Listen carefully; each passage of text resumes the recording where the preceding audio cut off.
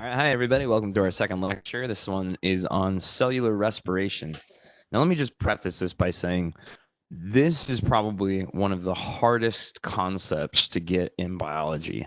And the reason why is because it's incredibly abstract. There's nothing that we can really compare it to that you're used to on a normal day-to-day life. And so the biochemistry of it can be a little bit abstract. It's a little bit hard to follow. But the way that I kind of like whittle it down, dumb it down, I don't mean to say dumb it down, but like the way that I simplify it is I take just what's important, and that's just tracking the movement of energy through the systems, right? And so what we're looking at is we're looking basically like how does a cell take glucose into its in through its membrane? How does it take in glucose? What does it do with glucose? And then how does it take like the byproducts of the breakdown of glucose when it breaks glucose down? How does it take those byproducts and then convert those into even more energy? And then finally, like how does it do like this energy currency exchange where it takes things that are like $5 bills and $2 bills and turns them all into $1 bills? And so that's the part, like that's kind of like what I want you guys to get out of this is where does the energy come from? It comes from the glucose, right? Where does it get stored in? And then how are those storage molecules, like the cellular batteries, right? How are those used and how do they exchange their energy for ATP at the end? But most importantly, like though, glycolysis is super complex. Don't get me wrong. It's got a lot of moving parts, but it's important to study it because glycolysis is the set of primary reactions that are used by every living organism on the planet. Every living organism on the planet. Everything with a cell can do glycolysis, which means it's so primitive. That means it's so ancient. And so that's why it's one of the most, that's why it may seem like it's a little bit advanced for a freshman biology class. You're gonna be like, holy cow, this is like biochemistry. It is biochemistry. When I took my 365 and at ASU, which was biochemistry, we literally like did glycolysis again. So yeah, it's used in a lot of classes. So anyways, let's get started with the glycolysis. But let me give you an overview of cellular respiration to begin with. So let me just orient you to this photo. I know there's a lot of circles and lines going on, right? And I'm gonna pull out my pointer, which is kind of nice. It makes this little red streaky thing. Okay, so in the background over here, right, where you see pyruvate oxidation, Krebs cycle, electron transport chain, notice this is the mitochondria, okay? Notice that primarily the most of what we're talking about, like what we get out of the cell respiration, is going to end up coming from the mitochondria. Glycolysis, we don't really capture that much ATP from glycolysis. We capture some, and we do capture some NADH. And so the ATP is the goal, right? That's what we want. We want to make as many $1 bills as we can to fuel reactions in the cell. But NADH, if there's a step in the breakdown of a molecule where there's enough free energy released that we can capture a $5 bill's worth of energy, we're going to do that. We're going to capture it in a $5 bill. And so that's what NADH is. It's like we're capturing all that free energy in a $5 bill. But eventually we're going to have to exchange that $5 bill for some ones. And so notice that FADH2, one of our other cellular batteries, is going to come out of the Krebs cycle along with some more NADH. And then those are going to go to this electron transport chain where they're exchanged for ATP. And that's where you see all this ATP. So notice all of the arrows eventually lead to ATP coming out of this adenosine triphosphate. But let's start at glycolysis. Okay, so we have a glucose molecule. It's a 6-carbon sugar. We know this is the shorthand method, right? Because all we see are the functional groups attached, right? All the carbons are made up of these points. So you got a line coming here to a point, a line coming here. So this is our first carbon, second carbon, third carbon, fourth carbon, fifth carbon. And then the sixth carbon is labeled as a C because it's sticking off of the structure here and it's got this other stuff bonded to it. And so even though these don't say C next to them, there are 6 carbons here. And then for every carbon in glucose, there's going to be an oxygen and 2 hydrogens, right? That's the carbohydrate or the water that is present with every carbon in a ratio. Okay. Anyways, so what's going to happen is we're going to take glucose and we're going to break it down into a 3-carbon sugar called pyruvate. Now you might say, okay, hold on a second. There's 6 carbons in glucose and there's only 3 carbons in pyruvate. Well, that's because we get 2 pyruvate molecules for every glucose. So I didn't draw a 2x here right, to say that we get 2 of these. But the idea is that glucose gets broken down and oxidized into pyruvate. Something else I want to point out too is that when we talk about reduction and oxidation, like redox reactions, reduction is this idea that when you get electrons, like you gain free energy, like you can do more work, right? Also, one of the things that we noticed was that when things get reduced, they tend to get like a hydrogen attached to them, right? Like an H comes in from somewhere. And I've told you, like, okay, that H represents electrons. When I distinctly remember being a freshman in biology, like this class, and I remember being so confused by that. I was like, how? I mean, because they would always it was almost like my science teacher wouldn't even address the fact that there was a hydrogen being attached, like to NAD. Right. So he wouldn't even address that. He would just be like, "Oh yeah, it's going to gain electrons and then it becomes NADH." And I'm like, "Wait, if it gains electrons, why is it gaining like a hydrogen? Like that doesn't make." And he never addressed it in class, but I want to address it now. And the reason why is because hydrogen acts like an electron carrier. And so when an electron comes in and NADH grabs that electron from the breakdown of glucose, the hydrogen just sort of attaches itself to NAD as sort of a cork on the bottle, if you will. It keeps that electron trapped inside of NAD. So it's like the electron comes in, the hydrogen attaches as a cork to hold the energy in the battery itself. Okay. So, anyways, I digress. But coming back to my central point here is that anytime you see hydrogens bonded directly to a carbon, that molecule has more free energy than a molecule that has oxygen bonded to a carbon. And so really what we're looking at in this entire course when we're talking about the biochemistry of it, we're looking at the oxidative and reductive states of carbon. So for instance, like if you go back and look at like a hydrocarbon tail on a fatty acid, these are the ones that are those long squiggly things sticking off of a phospholipid, like in our phospholipid bilayers, right? They're nonpolar. Those tails are entirely made up of carbons bonded to hydrogens, which means they're like, like saturated fats or unsaturated fats. And then I told you guys, hey, upload a nutrition label, because on the nutrition label, it shows you that 1 gram of fat has more than twice as many calories as 1 gram of sugar or 1 gram of protein. And the reason why is because those hydrocarbon tails are all hydrogens bonded to carbon. That carbon is in a highly reduced state, a highly charged up state. Like gasoline, flammable materials usually have these hydrocarbons, carbons bonded to hydrogens. And that's the idea of these like energetic electrons being close to carbon. Now, once you start attaching oxygens to carbon, like look over here on pyruvate, you've got a carbon right here, center section, and that's bonded, double bonded to an oxygen, single bonded to another oxygen. That carbon is in a highly oxidized state, or discharged, if you will.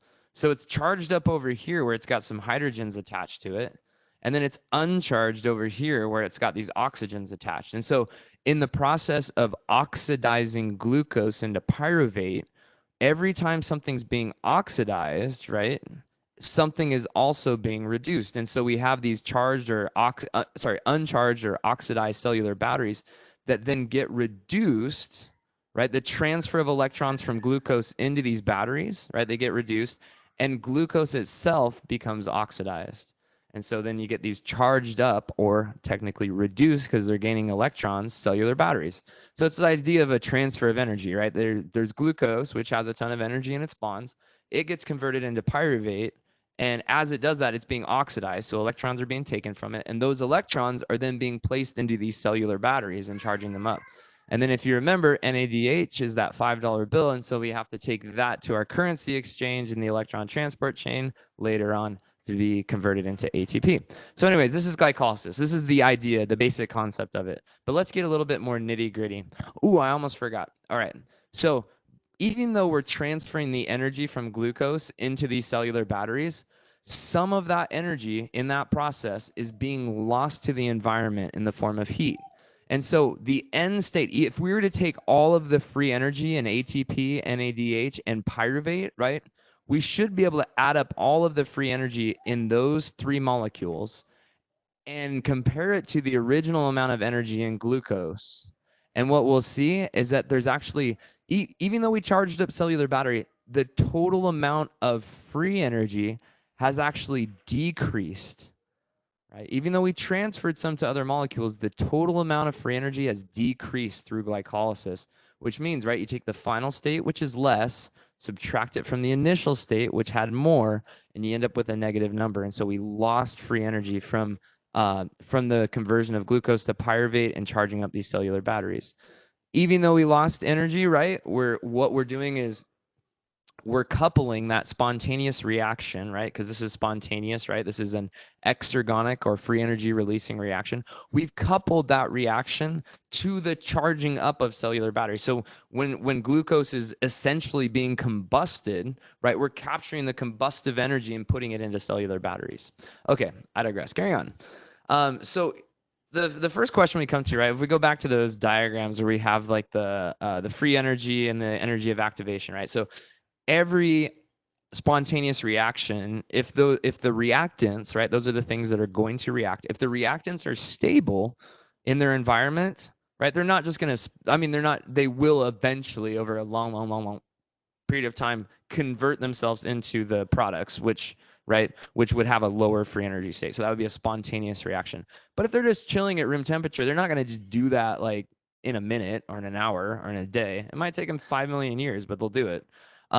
We don't have time for that nonsense, right? So what we have to do is raise those reactants above their energy of activation by putting a little bit of free energy into the system.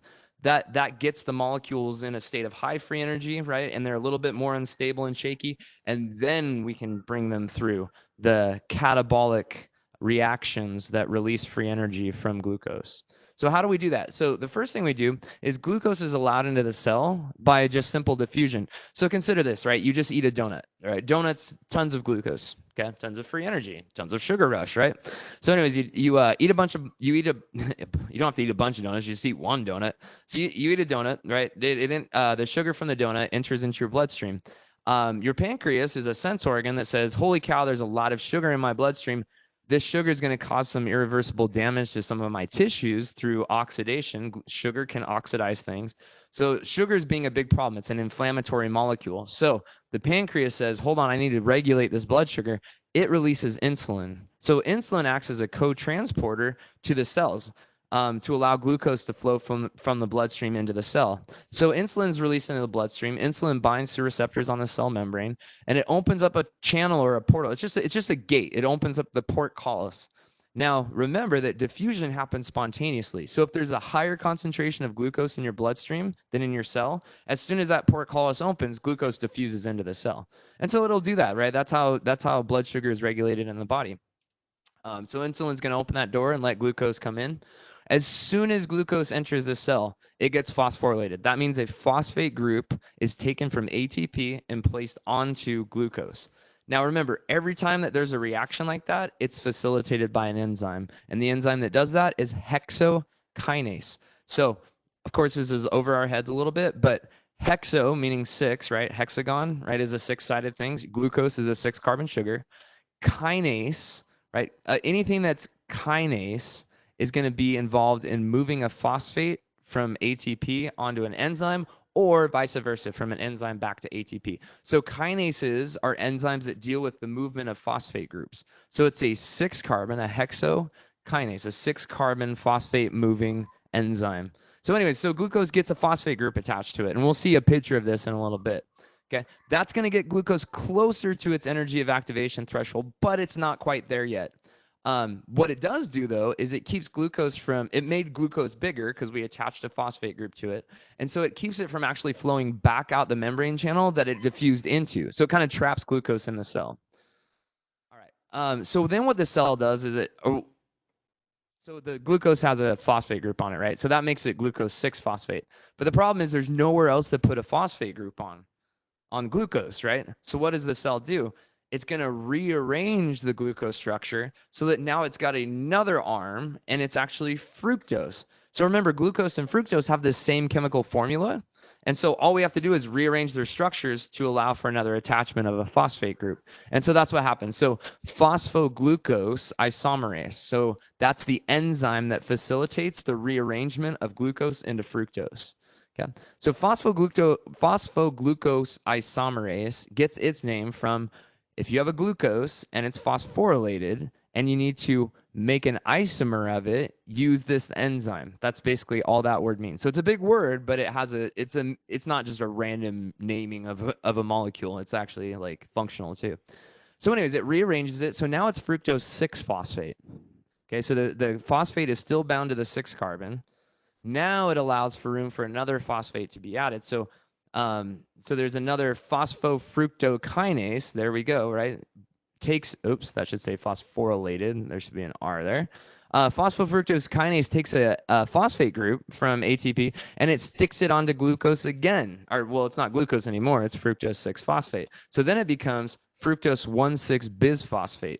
Now we have reached our energy of activation. So we've added free energy to our glucose molecule, brought it up, its energy of activation a little bit higher, and now we're ready for it to be broken down completely.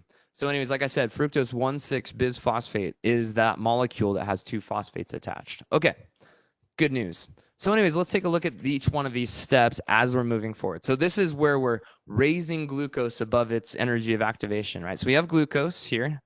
Hexokinase is going to take a phosphate group from ATP and attach it onto glucose. That makes glucose 6-phosphate. Notice there's this yellow P right here attached to that O. So in order to attach it, remember, in order to attach this, we have to dehydrate this reaction. So this hydrogen pops off, and OH groups pops off, this OH group pops off a hydrogen from the phosphate. That makes water. So what you don't see is a water molecule leaving, and then this phosphate group attaching itself to that carbon, to that 6 carbon. And you might say, well, look, there's an O here and there's an O here. Right, that O right there, that came from the phosphate. And this OH right here left in the water molecule. So I know that's a lot of chemistry, not stuff you have to regurgitate on an exam, just sort of like a functional explanation of what's happening here. Okay, so glucose has nowhere else to put a phosphate group on it. And so the phosphoglucose isomerase changes where this oxygen is bound to. It changes it, moves that bond down to the 2 carbon. So now that oxygen is bonded to the 2 carbon, and the 1 carbon is the one sticking up here. And so we still have 6 carbons, 1, 2, 3, 4, 5, 6. We still have 6 carbons, right? We have a phosphate attached to the 6 carbon, and it's a fructose molecule. So fructose 6-phosphate. Now we've created space for another ATP to drop its energy off onto fructose 6-phosphate. That's facilitated by phosphofructokinase. Remember, kinases move phosphate groups from molecule to molecule. And so now we have fructose 1,6-bisphosphate, which has 2 phosphates, one on the 1 carbon, one on the 6 carbon. Bis means 2, right? Like bi. Okay, so that's where you get that. Now, the cell at this point, right, this molecule has a ton of free energy, right? It is unstable. It's ready to be broken down. So the cell comes along and it cuts it with a pair of scissors called aldolase. So aldolase is an enzyme that makes an aldehyde. So here's our glyceraldehyde. Now, going back, I know we're just throwing terminology at you and you're like, what the heck do I have to know? I totally get it, right? So follow the note sheet. Don't forget, just follow the note sheet, right? The stuff you need to know is on the note sheet. Definitely try to understand what I'm saying. Try to follow like try to follow the concepts as we move forward. You don't have to memorize these names. I'm going to explain where the names come from, but you don't have to memorize that. Okay. So anyways, so aldolase makes an aldehyde whenever you have a 3-carbon sugar, right? Because we had a 6-carbon sugar here, we cut it in half. So now we have 2 3-carbon sugars, right? They're not going to look exactly the same because they're mirror images of each other, but we're going to have to rearrange the dihydroxyacetone phosphate. We're going to have to rearrange that into a glyceraldehyde 3-phosphate in a second, but we're not doing that yet. Okay, so aldolase cuts the fructose 1,6-bisphosphate in half. Aldolase creates these 2 molecules, glyceraldehyde 3-phosphate and dihydroxyacetone phosphate. Okay, notice, right, 1, 2, 3 carbons here, 1, 2, 3 carbons here. Okay, we're going to take an isomerase, which, if you think about it, is an enzyme that helps to isomerize or make an isomer out of a molecule. So that isomerase is going to take dihydroxyacetone phosphate, DHAP, and it's going to isomerize it into glyceraldehyde 3-phosphate. And we'll see that in a second. So let's talk about the free energy steps that we've taken so far, right? So here's our diagram, right? So we've got free energy up the y-axis, and then how the reaction is proceeding forward on the x-axis. So we've got glucose, right? We add 2 ATP to glucose, right? That brings it above its energy of activation. Without an enzyme, it wouldn't break down. But with an enzyme, right, the energy of activation has been lowered, right, with the enzyme. Without the enzyme, it's way higher. You'd have to add way more energy to glucose to break it down. But with the enzyme, we only have to add 2 phosphates, and then we get a release into pyruvate. So we're going to break down this molecule. We're up here at the top. We're going to break it down and turn it into pyruvate. Remember, we had 2 molecules of glyceraldehyde 3-phosphate, right? And so we're going to end up with 2 molecules of pyruvate, which are 3-carbon molecules as well. So we're just going to oxidize glyceraldehyde 3-phosphate into pyruvate, and that oxidation reaction is going to help us reduce some other molecules. So glucose was phosphorylated twice, right? We rearranged it to make space for the phosphate group. This added free energy to the system. Glucose was then split in 2. That's making the dihydroxyacetone phosphate and the glyceraldehyde 3-phosphate. One of them was isomerized, right? So we isomerize it into G3P. And then the exergonic portion of glycolysis will begin with 2 G3P molecules. And that's where we are here, right? 2 glyceraldehyde 3-phosphates. Now, in a big step, right, watch, this is a big drop in free energy here, a big oxidation, because we're going to take 2 of these glyceraldehyde 3-phosphates, and we're going to charge up 1 NADH from each one of them, okay? So 2 NAD pluses come in, right? 1 for each one of these glyceraldehyde 3-phosphates. 2 electrons come in, right? Those are carried by the hydrogens. Remember, that's why the hydrogens get attached. So we rip off those electrons, which means we're oxidizing G3P into 1,3-bisphosphoglycerate. Now, that drop in free energy was so great that we can actually take 2 more inorganic phosphates and attach them to our molecule. So we oxidize this molecule into this molecule and also attach the phosphate group to it. Okay. All right. Now we can start to capture these phosphates back in the forms of ATP. So remember, we have 2 1,3-bisphosphoglycerate molecules, right? There's going to be an enzyme that facilitates the gathering of the phosphates and putting them back on the ATPs. Okay. So that happens to each molecule once, which yields 2. Then we have 2 of these 3-phosphoglycerate molecules. There's going to be an enzyme that helps to rearrange it. So it rearranges that phosphate group and puts it on the second carbon. See how the P changes to be on the second carbon? Then we remove some water from the process. And then we take that last phosphate from those 2 phosphoenolpyruvates and we place them back onto ADP and make 2 more ATP from this process. And that yields pyruvate. And so what I really want you to know, right, is yeah, you saw way more details than what I want you to know. But just being able to see, like, okay, we got to add energy to glucose to make it unstable, right? That cost us some ATP. And then we get those ATPs back, right? We get it in the second step here, right? It cost us 2 ATP to break down glucose. We caught them back here. So those 2 cancel out. So our net gain of energy from glycolysis is 2 NADHs and 2 ATPs, right?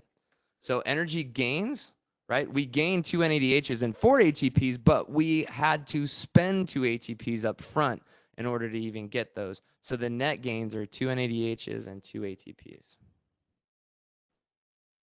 Okay, and so next, we've got 2 pyruvate molecules, highly oxidized, but they do have, look, they've got this carbon right here that's bonded to 3 hydrogens. This carbon right here is highly reduced, right? Think that's a methyl group, right? It's a bunch of these that make up the hydrocarbon tail of a fatty acid. They give it all of that 9 calories per gram, right? So a lot of free energy here. And then look up at the top of the molecule, though. There's carbons that are bonded exclusively to oxygen. So one side of this molecule is highly oxidized, and one side of it is reduced. And so we need to take the reduced side of this molecule and go get some more free energy out of it, right? And so that's the byproduct that's going to be used in the Krebs cycle. So let's take a look at this. So once we have pyruvate, it kind of enters into a fork in the road, right? There's a question that the cell has to ask. And that question is there oxygen present? Okay, so this has to do with aerobic respiration and anaerobic respiration. So your cells are all doing glycolysis no matter what, right? But let's say you're like exercising, right? Maybe you're jogging down the street. Maybe your cardio is good enough that the amount of oxygen you're absorbing from the air is sufficient to power your mitochondria. But if it's not, right? right? It's going to have to go do something else because the mitochondria only works if there's oxygen present. And so if there's oxygen present, right, then it can go into aerobic respiration, right? So we can take that pyruvate into the Krebs cycle, into the mitochondria, and we can exchange it for way more energy than we would if we just had to do glycolysis. So aerobic respiration is huge. It yields so much free energy, and you'll see why in just a second, okay?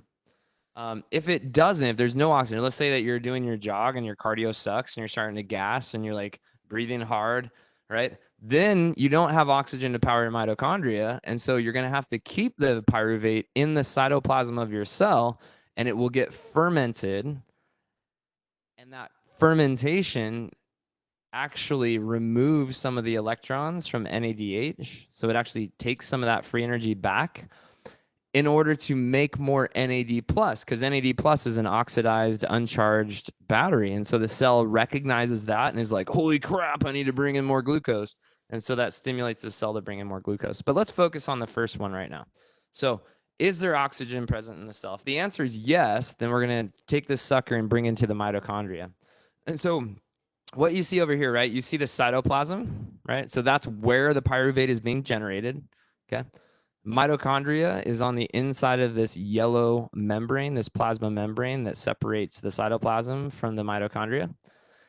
So first of all, when pyruvate enters the mitochondria, carbon dioxide is going to get removed from that pyruvate, okay? That process of removing carbon dioxide actually steals an electron from the remaining molecule. So that means that it's oxidizing the reaction, right? So carbon dioxide oxidizes pyruvate a little bit when it pops off, and that oxidation reaction allows NAD+ to collect an electron from that reaction and become NADH. So count that, right?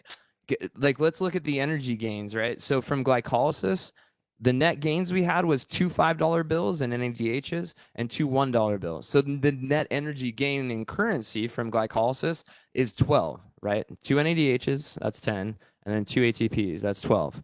Okay, so now let's see what the net energy gains are of the Krebs cycle. So remember, right? We have 2 pyruvate molecules. So we're actually getting 2 NADHs from this whole process right here, just from pyruvate getting in the mitochondria. Okay, so carbon dioxide pops off. Another thing I want you to keep track of, right, is notice the number of carbons from glucose, right? We started with 6, right? Now we have 2 3-carbon molecules in pyruvate.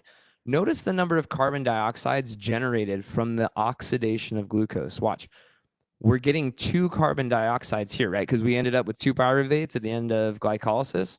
So now we're getting 2 carbon dioxides that pop off. So that's 6 total carbons minus 2 here. Now we have 4 carbons left. So those 4 carbons are distributed between two pyruvate molecules. They're no longer pyruvate, right? Because they've lost that carbon. They're no longer pyruvate. They've lost that carbon. Sorry, my cat's climbing on my computer. See, look.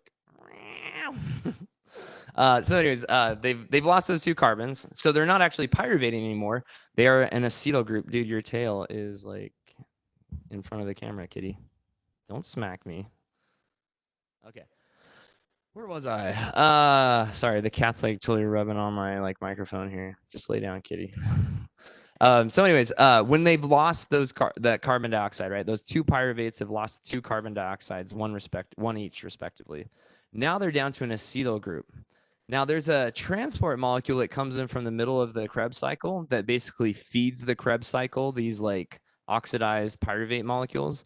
So this coenzyme A here comes and it binds to the 2 carbons that are left over after this 1 carbon dioxide left, right? And so we've got these 2 carbons here, right? One of them is gone in carbon dioxide. And those 2 carbon molecules, we call that an acetyl group. So this is acetyl coenzyme A. Acetyl coenzyme A. And that's what that's what gets transported into the mitochondria. Okay, so coenzyme A is a transport molecule. What are you? Oh my gosh, cat, what are you doing? It's a transport molecule binding to the remaining acetyl group. And here, you're gonna have to get down, kitty. And then that's transported into the mitochondria. Okay, so don't freak out. The graphics changed a little bit here. So now we're in the Krebs cycle. So this is that final stage of where we can take the carbons from glucose and finish breaking them down into carbon dioxide. So in this peach box up here, you'll see what we've already done, right? So we've taken this 3-carbon pyruvate, ripped one of the carbon dioxides off, charged up an NADH from that process. Coenzyme A bound to the remaining 2 carbons, and it's going to transport those 2 carbons into the Krebs cycle, right? Okay. So where was I? Okay. So acetyl coenzyme A is going to drop the remaining 2 carbons off. Now those 2 carbons, right, that acetyl group is going to bind to a molecule called oxaloacetate. And oxaloacetate is just a 4-carbon molecule that's finishing the Krebs cycle, so it's already gone through the Krebs cycle. As soon as this 2-carbon molecule bonds to this 4-carbon molecule, we end up with a 6-carbon molecule called citrate. And so these 2 carbons get dropped off this 4-carbon molecule. When they get dropped off, this shuttle of coenzyme A is going to transport itself all the way back out towards the cell membrane or the mitochondrial membrane. It's going to grab the next pyruvate that enters and gets oxidized and grab the next acetyl group and bring it in. And so this shuttle coenzyme A is just doing a loop, right? It has like a shuttle route, if you will, right? It picks up, it drops off, it picks up, it drops off, it picks up, it drops off. When it drops off, it's adding 2 carbons to oxaloacetate, making it citrate. Okay, so now check this out, right? As citrate goes through the Krebs cycle, there's a bunch of enzymes here. I didn't picture them, right? You can go look it up if you like. I'm sure there's plenty of YouTube videos because you have to memorize the Krebs cycle and you have to memorize glycolysis, all the steps, all the molecules, if you're a pre-med student. So another reason why you learn this in freshman biology, right, is there's a ton of enzymes that are working here, okay? And what those enzymes are working to do is they're working to break down citrate into oxaloacetate. They're working to oxidize citrate into oxaloacetate. In order to do that, 2 carbon dioxides will have to be removed, right? These 2 carbon dioxides that enter, or these 2 carbons that entered from the acetyl group will eventually become oxidized and become carbon dioxide. Now that oxidation process of releasing those carbon dioxides is enough of an oxidation that we can actually charge up 3 cellular batteries here. 2 are going to be NADH, 1 is going to be ATP, and the other one is going to be FADH2, and then we'll get 1 more NADH up here. So when I say 3 different types of cellular batteries, right? Now remember, this is just from one, right? This image in this graphic is just from 1 pyruvate. Right? Remember, we have 2 pyruvates doing this for every molecule of glucose. So let's back up and count our carbons here, right? Pyruvate, right? We have 2 pyruvates that exited glycolysis. We're going to lose 1 carbon from each of them. So now we have 4 carbons, right? So 2 of the groups that are entering the citric acid cycle or the Krebs cycle. So 2 of these carbons from each one. So that's 4 total. And then in this cycle here, we're just following what happens to one of them. So you have to double all of these numbers if you're accounting for all the carbons from glucose. So there's actually going to be 4 carbon dioxides lost. That accounts for the rest of the carbons from glucose. There's actually going to be 4 NADHs charged up here, 2 FADH2s here, and 2 NADHs here at that last step. And so if we add those all together, right, let's do that real quick. So for the Krebs cycle, we have 2 NADHs here, right? 4 here, that's 6, 7, 8. So we actually get 8 NADH, 8 $5 bills once you enter the mitochondria. Go back, think about what we got from glycolysis. We got 2 $5 bills from glycolysis for 1 molecule of glucose. Once it gets to the mitochondria, you get 8 $5 bills. That's a huge difference. That's like 3 times as many. And that's just the $5 bills. Look, we also get 2 ATP from this and 2 FADH2s. FADH2s are worth $2 bills, so that's $4 there, $2 there, $40 there. If you take the 8 times 5, that's 40, right? 4, 5, 6. So we're essentially getting $46 worth of energy from the mitochondria, where we're only getting $12 worth of energy from glycolysis. So that's why it's like aerobic respiration is so sustainable as long as you have oxygen, right? So we already talked through these steps. Okay. So let's go back to our energy dilemma, okay? The problem is in the cell, Most reactions only cost $1, right? They only cost 1 ATP. And you do not get change back for those reactions. The change is lost in the form of entropic energy or whatever, electromagnetic radiation, heat, right? Unable to do any work, right? That change just gets lost into the universe.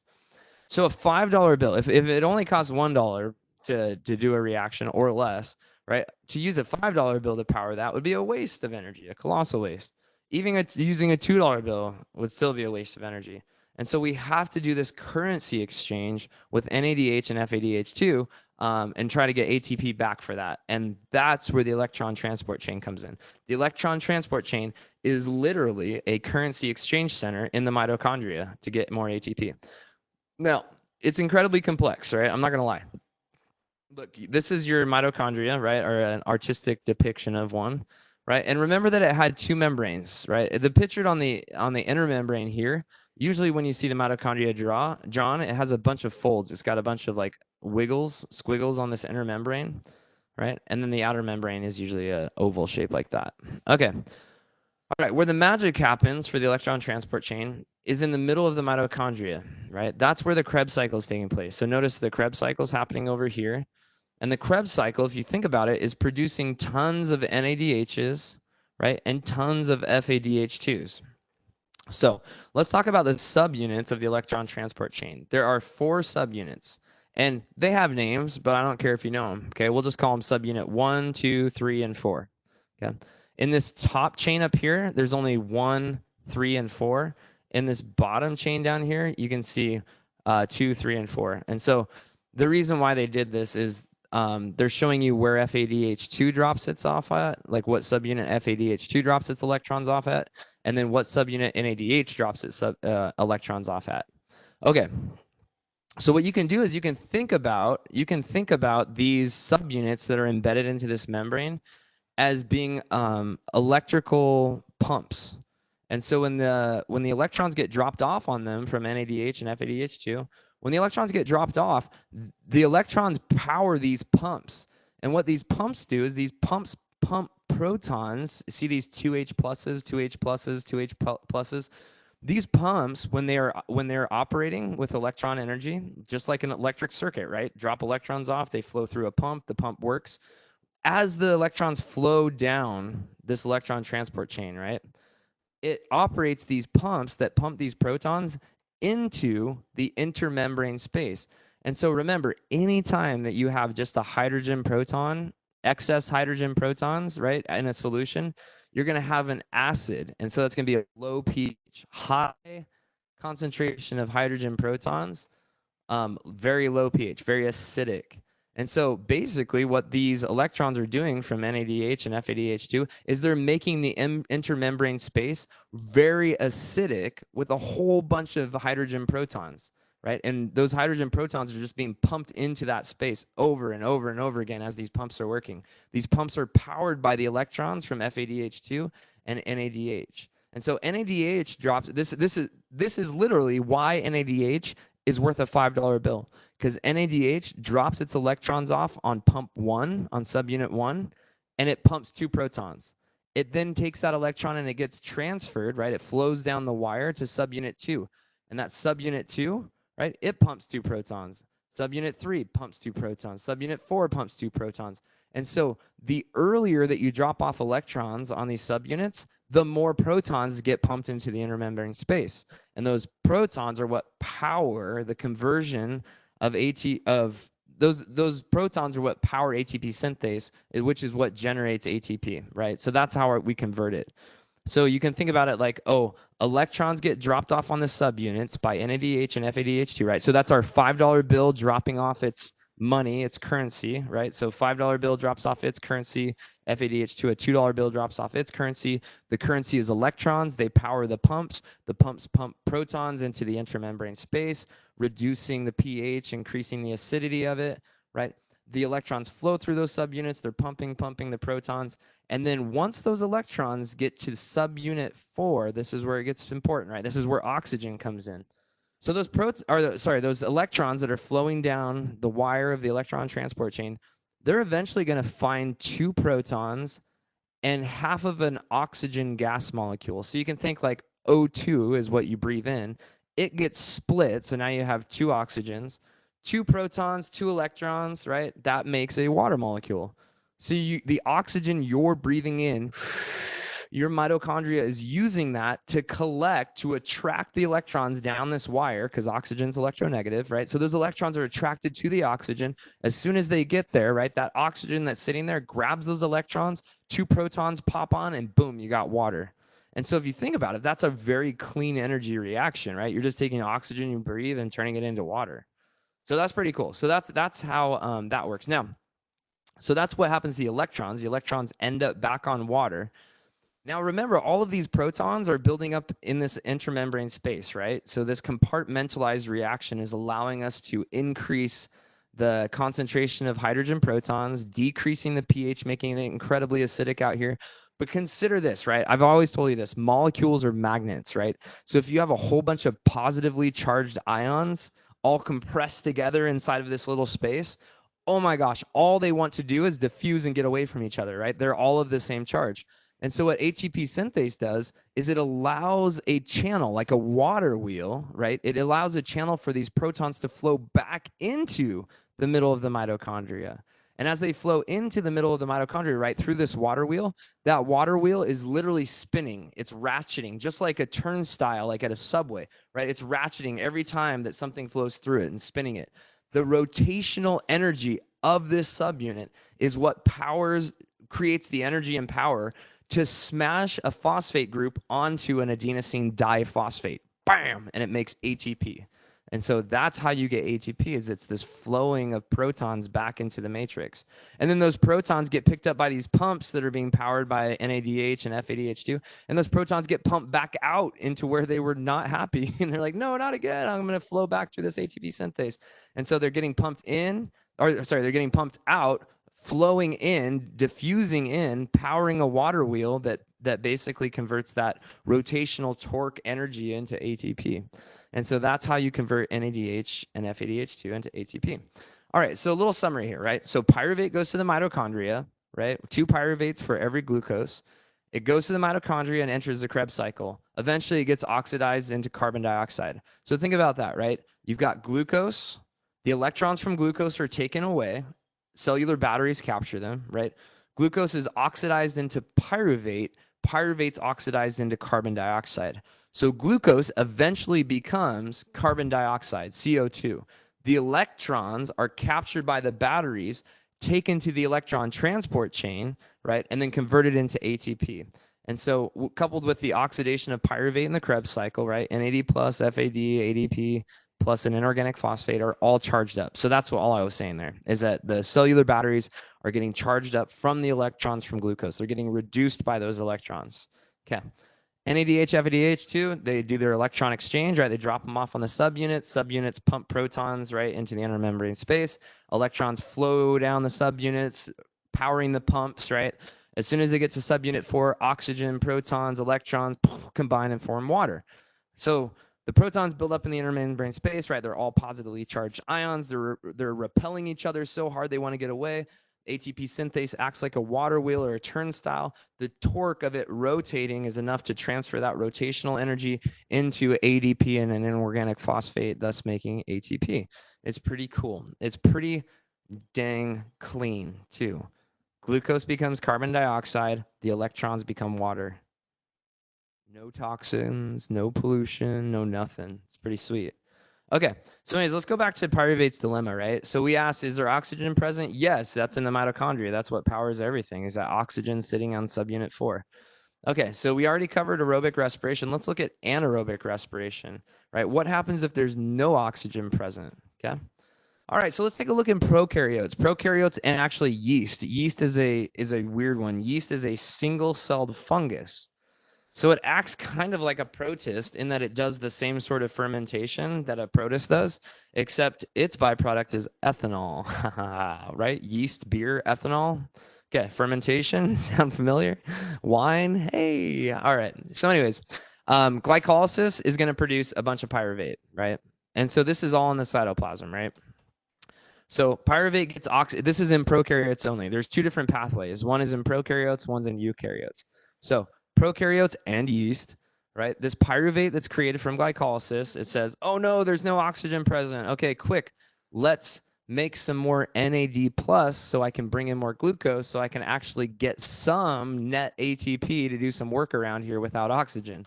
So that pyruvate's gonna lose its carbon dioxide. Guess what? That's the bubbles in beer, right? So that's the bubbles in bread too, like when you're making bread and it's rising. That's the yeast inside of the bread. The yeast is taking in the glucose from the starch, right? So starch is a bunch of glucose bonded together. Yeast is taking the glucose from the starch, okay? And then it's taking the glucose, going through glycolysis. There's not enough oxygen present in the middle of the bread, so the yeast basically says, all right, screw it. I'm going to release carbon dioxide. I'll make acetaldehyde, okay? And then I'm going to take that NADH, that $5 bill that I cannot use, right? And I'm just going to take its electrons and I'm going to put it on this acetaldehyde and make ethanol. So consider this, right? You're taking a high energy molecule, NADH, right, that you've already captured from glycolysis, and you're taking its electrons and you're putting it back into the original molecule. And so what that's doing is it's creating a bunch of dead batteries. It's also taking that energy and putting it into this ethanol, right? My kid's crying. Pause. Okay, I'm back. So anyways, you have this process, right, where we're capturing free energy from glycolysis, right? ATP is great. We can do a lot of reactions with ATP. But because there's no oxygen, we can't take pyruvate to the mitochondria and get those 40, what do we do, 44, 46, right, dollars from that process. We're only getting $12 from glycolysis, right? And 10 of those dollars we can't use. So we're only getting like $2, right, from this whole process. So glycolysis is driving forward. We can't go to the mitochondria. We lose our carbon dioxide, right? Poop, pop that off. We then now have this acetaldehyde is able to capture the electrons from NADH. And so NADH gives its free energy to acetaldehyde and makes ethanol. This is why ethanol is flammable. Look at it. See that central carbon? Look how many hydrogens are bonded to it. Look how many carbons are bonded to this one, right? There's just that OH group, so it's slightly oxidized, but this molecule is highly reduced. This molecule has a lot of free energy. Think Molotov cocktail, right? So fermentation is creating flammable materials, but what it's doing, the whole reason it's going through all this process, the whole reason it's bothering to do this is to bring in this signal, to create more of this signal for more glucose. When the cell has high levels of NAD+, it's like, dude, open up the channel and bring in glucose, quick, we need to drive glycolysis forward. And so it kind of tricks itself, if you will. It's like it biohacks itself to bring more glucose in, to go through glycolysis, to get those $2, right? We need those $2 bills. Or they're not two $1 bills. We need those dollar bills, right? We need those dollar bills for our reaction. So that's the whole purpose with anaerobic respiration, right? We need something to capture the electron from NADH because we can't use NADH. So we need something to take the electron. That ends up becoming ethanol that recycles our NAD plus receptor that signals to the cell to bring in more glucose to drive glycolysis forward. Right. And so you get this cycle, boom, boom, boom. And the whole byproduct is ATP, right? Just trying to get more ATP. All right, eukaryotes, slightly different, actually more simple, if you will. We don't actually lose any carbon dioxide in our fermentation, right? But we still sacrifice our NADH, right? We recycle it back onto our pyruvate. So even though we like create pyruvate from glycolysis, this NADH gives its electrons back to pyruvate and creates lactic acid. And so pyruvate is reduced, right? Because we're putting electrons onto pyruvate and creating lactic acid. And then the NAD plus signals the cell to bring more glucose in. Same thing as the other one, just 2 steps instead of 3. Okay.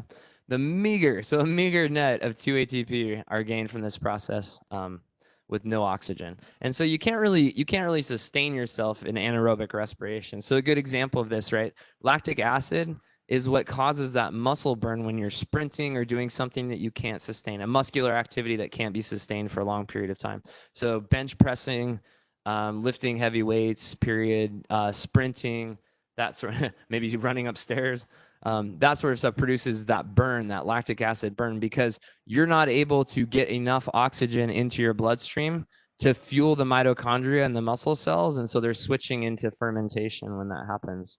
And so that's just kind of fun. So that's the end of this lecture. I hope you guys enjoyed it. I'll see you later.